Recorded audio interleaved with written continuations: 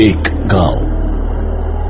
उस गांव में बना एक पुराना कुआं और उस पुराने कुएं से जुड़ी कुछ धारणाएं जो ये बताती हैं कि उस कुएं में कुछ प्रेत आत्माओं का साया है। पहले ये कुआं गांव के बीचों बीच था, पर जब धीरे धीरे गांव से लोग गायब होने लगे तो उस कुएं की गहराइयों को भी तलाशने की कोशिश की गई, लेकिन जो भी उस कुएं के अंदर गया वापस नहीं आया। गांव वालों ने उस कुएं को पत्थर डालकर बंद भी करने की कोशिश की, पर अगली ही रात सारे पत्थर गांव वालों की छत पर गिरने लगे। ऐसा लगने लगा जैसे पत्थरों की बारिश हो रही हो। और अगली सुबह वो कुआं फिर से पत्थरों की जगह पानी से भरा था। ऐसी ही ढेरों कोशिशें जब नाकाम रही तो गांव वालों ने कुएं के पास बने सारे घर खाली कर दिए और पूरा गांव कुएं से दूर हट गया। पर कुआं अब भी गांव के रास्ते में खड़ा था। और तभी से शुरू हुआ उस कुएं में मौत का एक अजीब खेल। और तभी से शुरू हुआ उस कुएं में मौत का एक अजीब खेल। कोई है? कोई है? निकालो मुझे यहां से। कोई सुन रहा है? मदद करो मेरी। कोई है? आवाज उस कुएं से आ रही थी जो वहां से गुजर रहे पवन ने साफ साफ सुनी। शायद कोई उस कुएं में गिर गया है। ये सोचकर पवन उस कुएं के पास चला गया और घबराते हुए बोला, कौन है वहां? मैं पास के ही गांव का घनश्याम। निकालो मुझे यहां से, जल्दी करो, दम घुट रहा है मेरा। अंधेरा होने से पहले निकालो मुझे यहां से। अच्छा ठीक है, रुको मैं निकालता हूँ। पर अब क्या करूं मैं? देखो वहां पर पास ही मेरी एक रस्सी पड़ी होगी, उसे अंदर फेंको। ठीक है रुको। ये लो रस्सी। पकड़ में आई? हाँ मिल गई। मैं इसे अपनी कमर से बांध रहा हूँ, हाथों के सहारे से पकड़ के ऊपर आऊंगा। ठीक है।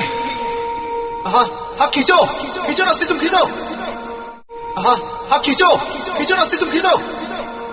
कुछ देर हो गई, पर पवन के लिए उस आदमी को सिर्फ हाथों से ऊपर खींचना आसान नहीं था।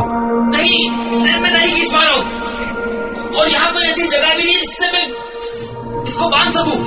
तुम भी रस्सी को अपनी कमर से बांध लो और फिर हाथों से खींचो, काफी मदद मिलेगी तुम्हें। खींचो। पवन ने वो रस्सी अपनी कमर से बांध ली और पूरी ताकत से ऊपर खींचने लगा। हाँ खींचो, मैं आ रहा हूँ बाहर। हाँ जोर लगाओ पवन, और जोर लगाओ पवन अचानक रुक गया। मैंने तो अपना नाम उसे बताया ही नहीं, फिर उसे कैसे? सिर्फ इतना सोचना ही था कि एक जोरदार झटके ने पवन को उस अंधेरे कुएं में खींच लिया। उस दिन के बाद किसी को पता नहीं चला कि पवन कहाँ गया। कुछ दिन गुजर गए, तभी वहां से गुजर रहे एक बूढ़े राहगीर को उस कुएं से एक आवाज सुनाई दी।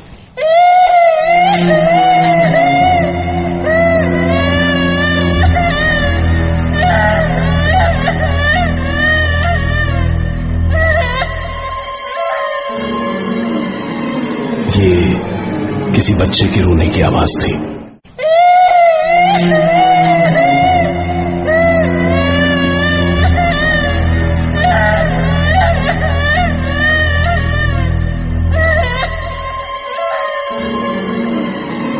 ये किसी बच्चे के रोने की आवाज थी। उस बूढ़े को लगा कोई बच्चा यहां खेलते खेलते उस कुएं में जा गिरा है। वो बूढ़ा इस कुएं की कहानियां जानता था, इसलिए डरकर कुएं के पास ही खड़ा रहा और मदद के लिए किसी का इंतजार करने लगा।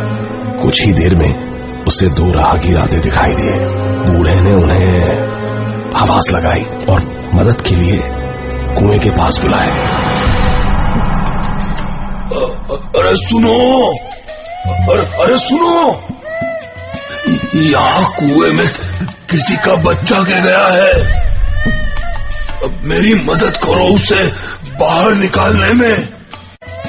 यहाँ कुएं में किसी का बच्चा गिर गया है। अब मेरी मदद करो उसे बाहर निकालने में। बूढ़े के कहने पर उन दोनों राहगीरों ने बच्चे को निकालने की कोशिश की और थोड़ी ही देर में बच्चे को चुप कराकर उससे अपनी कमर पे रस्सी भी बंधवा ली। बच्चे को बाहर खींचना आसान था और आसानी से ही बच्चा कुएं से बाहर भी आ गया। वो कुछ 7-8 साल का बच्चा रहा होगा। दोनों राहगीर और वो बूढ़ा खुश थे कि उन्होंने एक बच्चे की जान बचाई। धन्यवाद बेटा, आज तुम लोग नहीं होते तो पता नहीं क्या हो जाता। तभी एक राहगीर ने कहा, अरे नहीं, इसे हमने नहीं, आपने बचाया है। हाँ बेटा, क्या नाम है तुम्हारा? संतोष। कहाँ के रहने वाले हो तुम? माँ कहाँ है तुम्हारी? माँ नहीं है। अच्छा, पर तुम्हारे बाबा तो होंगे ना बेटा, कहाँ हैं? उस बच्चे ने राहगीर को हंसते हुए देखा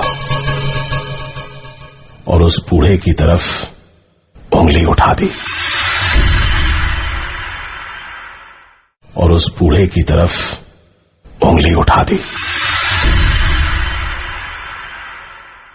उस दिन के बाद वो राहगीर भी गायब हो गए।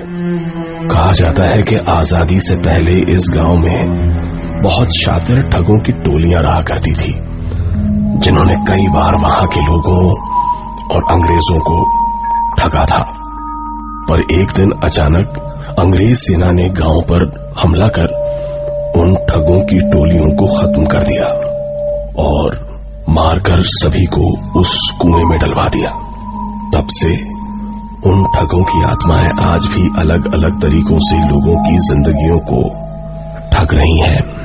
आज भी उस गांव में उस अंधेरे कुएं का मुंह खुला हुआ है और आज भी कोई मदद को पुकारता है। कोई है